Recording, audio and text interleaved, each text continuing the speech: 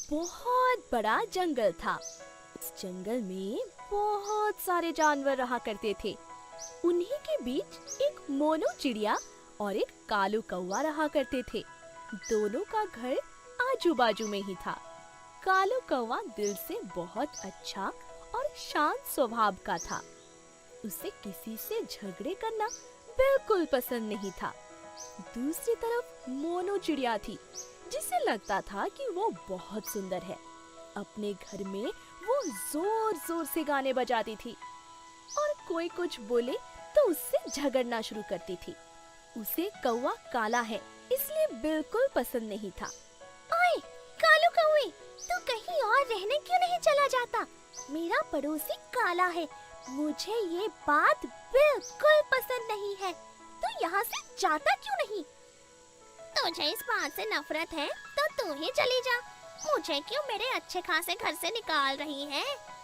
मेरा ही नसीब फूटा है जो तेरे जैसा पड़ोसी मिला। हाँ। और अपने घर में जाकर जोर जोर से गाना बजाना शुरू करती है। कालू कौवे के लिए ये कोई नई बात नहीं थी। जब भी कभी वो दोनों एक दूसरे के सामने आ जाते, मोनू चिड़िया कौवे को कुछ ना कुछ बोलती ही रहती। मोनू चिड़िया के बाकी के पड़ोसी उसके ऐसे गाने बजाने से तंग आ गए थे। मोनू चिड़िया, ओ मोनू चिड़िया, जरा बाहर तो आना। लेकिन मोनू चिड़िया बाहर नहीं आती।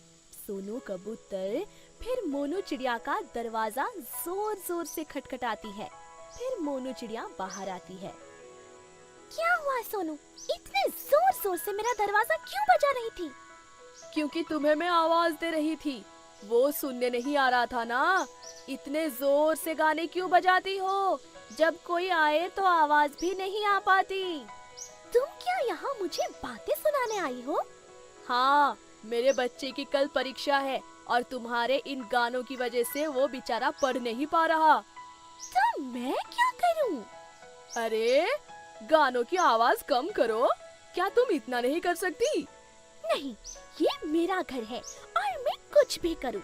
अगर आपको कोई दिक्कत है तो आप दूर चले जाओ कहीं। ऐसे ही करती रहेगी तो एक दिन बड़ी मुसीबत में पड़ जाओगी। मोनू चिड़िया अपने घर में चली जाती है। मोनू चिड़िया पर सभी नाराज थे। ऐसे ही कुछ दिन बीत जाते हैं। एक दिन दोपहर में मोनू चिड़िया जोर से गाने बजा रही थी। तभी बाहर से उसके घर को आग लग गई। इस बात की खबर चिड़िया को नहीं थी। कोई भी जानवर चिड़िया को बचाने आगे नहीं बढ़ रहा था। उसे बचाने जाओगे तो आधा खुद ही जल जाओगे, क्योंकि उसे तो अपना चिल्लाना सुनाई ही नहीं देगा। लेकिन तभी कालू कौवा आगे बढ़ता है और वो जोर जोर से चिल्लाने लगता है। जंगल के जानवरों ने पहली बार उसका चिल्लाना और इतनी बड़ी आवाज सुनी थी। उसका आवाज सुनकर चिड़िया घर के बाहर आती है। तभी कालू उड़ते हुए उसके पास जाता है और उसे आग से बचा कर ले आता है। चिड़िया को पूरी बात पता चलती है और वो शर्म से सबको माफी मांगती है। उस दिन के बाद से चिड़िया का बर्ताव बदल जाता है। एक जंगल में बहुत सारे जानवर रहा करते थे। जंगल के राजा शेर खान का ये मानना था कि सभी को मिलजुल कर रहना चाहिए। कोई किसी से झगड़ा नहीं करेगा। हर कोई एक दूसरे की मदद करेगा।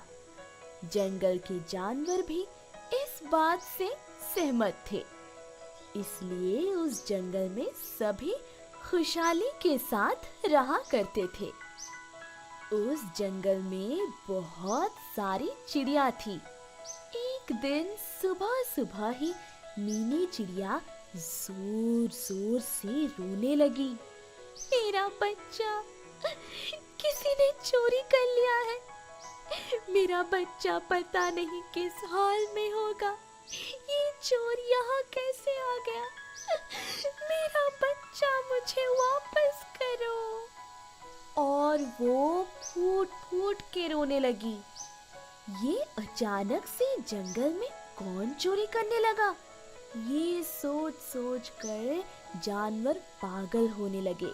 सभी एक दूसरे पर विश्वास रखते थे, इसलिए कोई कुछ बोल नहीं पा रहा था।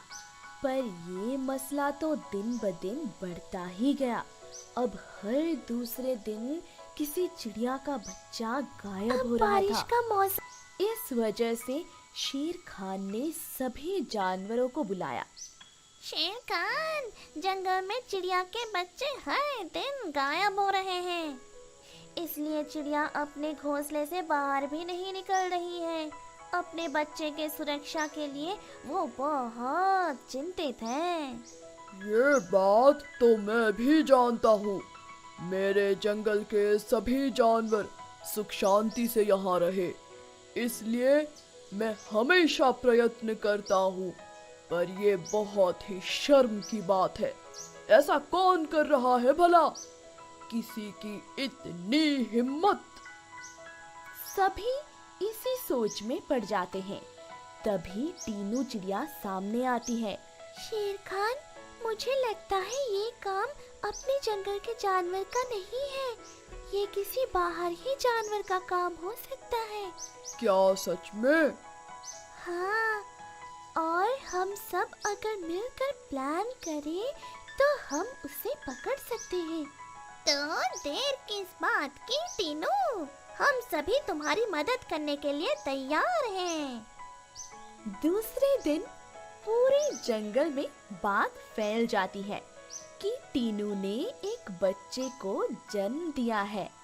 पूरे जंगल में जानवर ये बात कर रहे थे कि अब अगर टीनू का भी बच्चा गायब हो गया तो उसे कौन बचाएगा। अब रात हो जाती है। आधी रात में टीनू को अपने घोंसले के ऊपर कोई बैठा है ये समझता है। टीनू देखती है तो एक बहुत बड़ा गिद्ध पक्षी उसे नजर आता है। अच्छा, तो तुम ही हो जो सब चिड़िया के बच्चे चुरा रहे हो। तुम पास वाले जंगल से आए हुए हो ना? हाँ, और आज मैं तेरा बच्चा खाऊंगा। तुम कितने मूर्ख हो, तुम्हारे बच्चे की बात पूरे जंगल में फैली हुई है।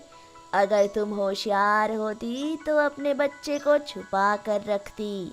मेरे बच्चे को छोड़ दो। अब मैं तेरा बच्चा खा जाऊंगा। अरे, एक बच्चे से अच्छा है तुम एक साथ 4-5 बच्चों को खाओ। क्या कहा?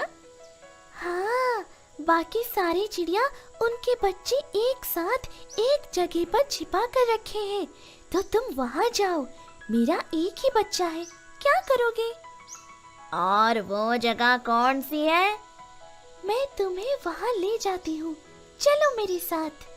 फिर तीनों चिड़िया उस गिद्ध पक्षी को लेकर जाने लगती है। अरे, कहाँ है वो जगह? यहाँ तो कोई नहीं दिख रहा। बस थोड़ी ही दूर है। फिर ये क्या? यहाँ तो कोई नहीं है। तुमने मुझे बेवकूफ बनाया। हाँ, और तुम अब बच नहीं पाओगे। क्या कहा? तभी शेर खान उस गिद्ध पक्षी पर हमला बोल देते हैं और उसे घायल कर देते हैं। ये पकड़ लेता है। शेर खान के सैनिक उसे बंदी बना लेते हैं। सभी टीनू की तारीफ करते हैं और खुशी खुशी रहने लगते हैं। चिड़िया की शादी। एक बहुत बड़ा जंगल था। उस जंगल में मीनू नाम की एक चिड़िया रहती थी। मीनू की बेटी टीनू की शादी जल्दी ही होने वाली थी। भगवान की दया से उसके पास सब कुछ था और टीनू की शादी भी एक अमीर घर में हो रही थी। सब कुछ अच्छा चल रहा था। सब बहुत खुश थे। टीनू, मैं तुम्हारे लिए बहुत खुश हूँ। तुम्हें एक अच्छा घर मिला है, वहाँ तुम बहुत खुश रहोगी। हाँ माँ, लेकिन मैं आपको और पापा को बहुत मिस करूंगी। बारात आ जाती है। अब शादी का दिन आता है। सब लोग तैयारी में बिजी थे, लेकिन अचानक से घर में हंगामा मचता है। मीनू चिड़िया के घर में आग लगी थी। सभी रिश्तेदार अपनी जान बचाकर बाहर भागते हैं। सभी बाहर आ जाते हैं। मीनू चिड़िया का पूरा घर जलकर राख हो जाता है।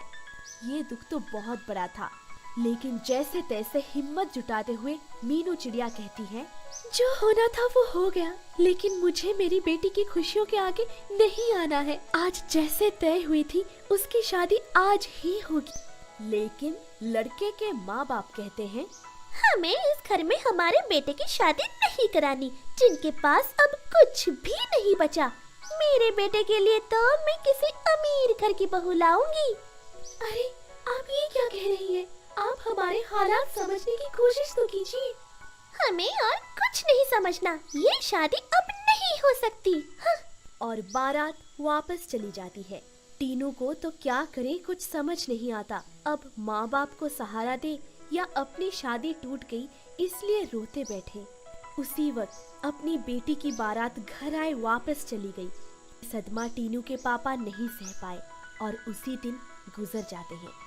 हर तरफ से अब टीनू के सर पर दुख मंडरा रहा था। अब पापा नहीं रहे, वो अकेली ही अब माँ का सहारा थी। इसलिए उसने अपनी हिम्मत जुटाई। उसने अपने घर पर काम करना शुरू किया। बहुत मेहनत करके टीनू ने उसके और मीनू चिड़िया के रहने के लिए घर बनाया।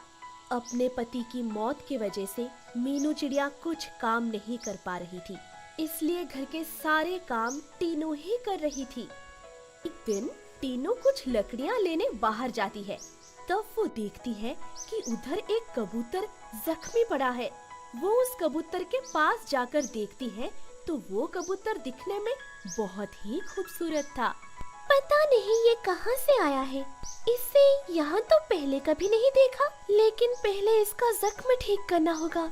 जैसे तैसे टीनू उस कबूतर को अपने घर ले आती है। अब कुछ दिनों तक वो इस कबूतर के जख्म ठीक करती है।